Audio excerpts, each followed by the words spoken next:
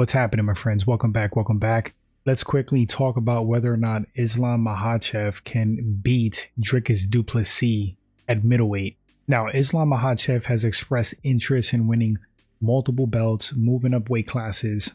He 100% eyes 170, and he touched on 185 middleweight, and he had comments on Dricus Du Plessis, whether or not he can beat him.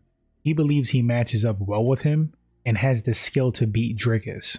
Dricus himself was asked about this, and he was complimentary to Islam Makhachev, gave him a lot of props for his skills, his ability, but in short, Dricus was of the opinion that he's just too big and strong and that he would overpower Islam.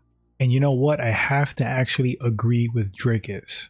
Who do I think is more refined and more skilled pound for pound? I personally think Islam. That's just me.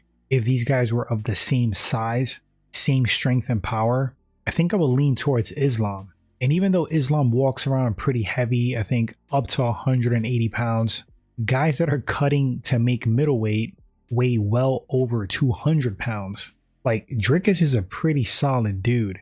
I don't think he's like one of the biggest middleweights. He doesn't look like super thick and muscled up, but the guy's dense. Costa and Rockhold I consider huge middleweights. Marvin Vettori. It's like Dricus is a good size for middleweight. It's just that the guy's a brute and he's super strong. So there is a difference between size and strength. Just because you're big doesn't mean you're super strong. You're probably going to have a certain amount of strength by default just because you're big. But someone could be smaller and a lot stronger than you. Because it depends on genetics, how you're training your muscles, your nervous system training.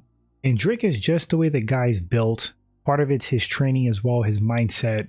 He's a tank. And it's like skill can overcome size and strength, but there are limitations to that. You can have a big, strong dude who's very powerful, and they could overcome a huge skill gap just by forcing it being a brute. And on the flip side, of course, you can have a smaller guy that is way more skilled, and their skill will close the gap on that size and strength. I don't think that'll be the case with Islam versus Dricus, and I'm going to tell you why. That works when there's like a really, really big skill gap. Even though Dricus looks clumsy, he looks awkward, he looks clunky, the guy definitely knows what he's doing. He's highly skilled. He's trained in various martial arts over the years, bona fide expert in different disciplines. Gotta put respect on that guy's name. World champ. Has a pretty impressive martial arts background. So even though I think Islam is more skilled overall, it's going to be Dricus' size, strength, his power with the skill he does possess.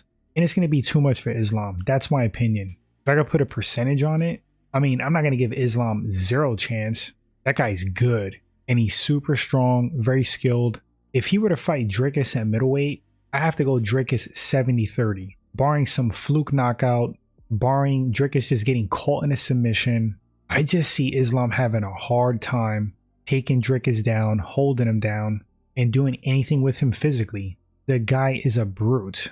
And I see him finishing Islam way more often than Islam would finish him.